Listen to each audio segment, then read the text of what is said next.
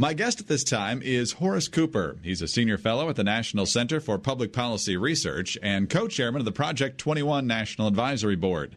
We want to get his thoughts today on the College Board adding an adversity score to the results of the SATs, and that many colleges and universities are now agreeing to factor those scores into their admissions decisions. And Horace, thanks so much for being with us. Hey, it's great to be on your program today. Well, the Wall Street Journal, I think, broke this story, and they say the new SAT will measure each student's social and economic upbringing and score the level of difficulty faced over the course of their primary and secondary education.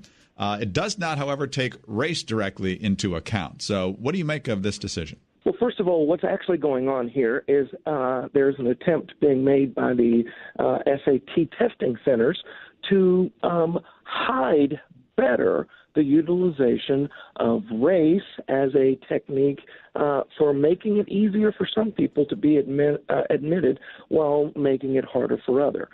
We have created 15 different categories. Students are not told what those categories are. Students aren't told, and all of the schools have not agreed that they're going to use all 15 categories. And so what you get is a circumstance where a university claims that they have used this adversity scope or assessment tool, and then they make a recommendation for who gets admitted or not. If you wish to challenge that, you're in a huge quandary in making an understanding of what was the actual basis of this. At the same time, and I just want to say this as straightforwardly as I can, at the same time, the so-called adversity scale, if it were even race neutral, appears to say that the parents who work together and stay together in a relationship and it benefits their children are going to now be disadvantaged vis-a-vis those children who live in households where the parents didn't make that effort. Also, similarly, the parents who took jobs and maintained them in a way that supported their family and allowed them to move to better housing areas and better communities, they're also going to be, their children are going to be penalized. This is the opposite of a technique designed to make sure that every American gets a fair shot. There's obviously debate on this. You were part of a debate on Fox News on Thursday night about this. Let me flip the parent question around. You're saying that the parents who stay together, provide a stable environment, and take the steps to provide opportunities for their kids are being punished here. But on the flip side, are the kids being punished for the poor decisions if their parents are making horrific decisions? They don't stay together. They could be involved with crime or imprisoned or just creating a horrific home life for kids who are trying, but the environment's just not helpful to them. So here's the question.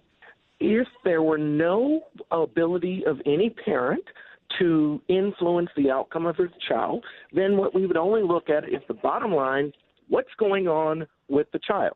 But what we do know is that there's quite a bit of a mix. The studies are showing that those children who grow up in households where moms and dads stay together do better financially, they do better academically, they do better in terms of criminal interaction and law enforcement than those who do not.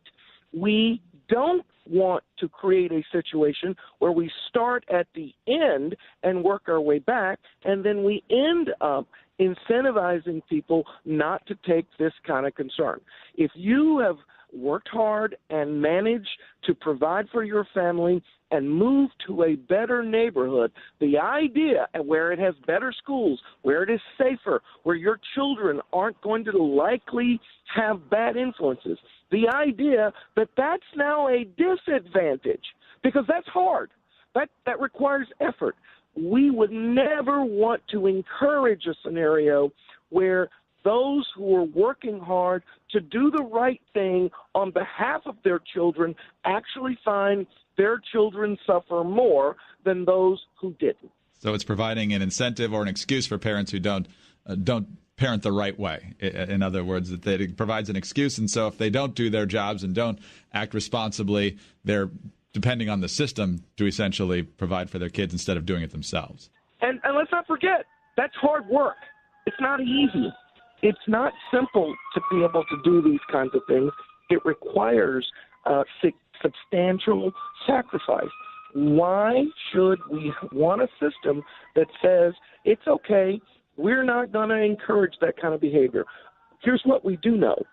Over the 5 decades of assessment, we now know that there's clear correlation between those individuals and families that sacrifice and work hard, play by the rules, that their children will succeed.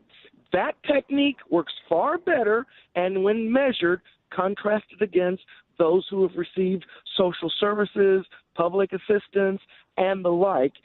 When you contrast the two, what you see are outcomes that are significantly superior on the one hand and significantly inferior on the other hand. In your appearance on the Ingram Show on Thursday night, you were on there with civil rights attorney Leo Terrell, who talked about how affirmative action helped him. He actually got emotional as he talked about how his parents worked hard, but he still needed a hand up. What's your reaction to those who say that these kids, it's not their fault that the parents are not doing what they should be doing? And in some cases, like Leo was suggesting, his parents did everything they could, and he still needed some help. What's the best way to approach those kids who are busting their tails, but maybe they have to work, maybe they just have a rough home life? It's not their fault.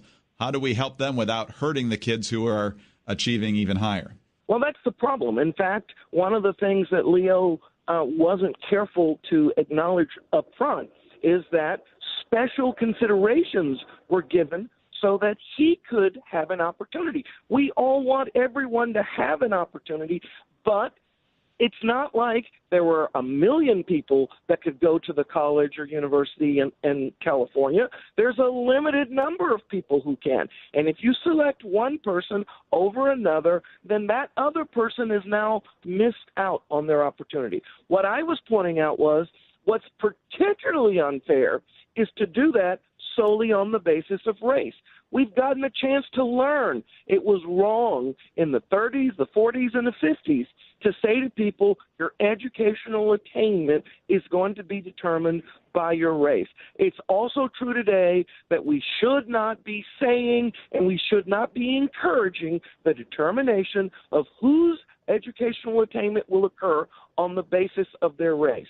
If you're not happy with how the SAT works, then come up with some better alternatives, some type of objective measure that lets us see who's actually working hard, who's demonstrating an aptitude. When you have that circumstance going forward and you're confident in those outcomes, then you could say to a university, please use this tool. But a tool that simply says those who have bad circumstances, when we meet them, are going to be given an advantage over those who could have had bad circumstances, but sacrifice and significant decisions were made that required effort that prevented that from happening. That creates a very, very perverse incentive, a bad outcome, and one that will be far more destructive heading down the road as we look a decade or more from now. A friend of mine, my co-host on a different podcast, says maybe we could go to this revolutionary notion of looking at college applicants as an individual rather than from a demographic group, and you have the opportunity with an essay or other aspects of the application process to tell your story that could be factored in to an admissions decision. What do you think of those? Well, one of the things that we've been pushing for at Project 21 is that we should encourage universities to expend the resources to actually evaluate students on an individualized basis. It's hard work. It's effort. It actually isn't as simple as flipping a button and watching the scores pop up and then just putting them in a rank order. That's something that ought to be encouraged.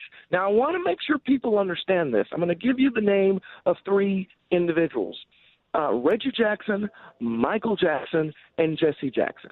All 3 of these men happen to have the same last name, but they have a different narrative associated with themselves. The children of these 3 men Are we to assume that because of their race, because of their location, because of their neighborhoods, that we know who those children are and what they have or have not overcome? 3 men, Jesse Jackson, Michael Jackson, and Reggie Jackson. There isn't some computer program that is going to be able to tell us who has suffered the most. Oh, and by the way, we definitely shouldn't be going down the road of let's just find out who can be the most adversity overcoming, because it will incentivize even clever people to figure out what they can do so that they can look like they're overcoming adversity. Horace, we'll leave it there. Thanks very much for your time today. We appreciate it. Thank you. Horace Cooper, Senior Fellow at the National Center for Public Policy Research, Co-Chairman of the Project 21 National Advisory Board. I'm Greg Corombos reporting for Radio America.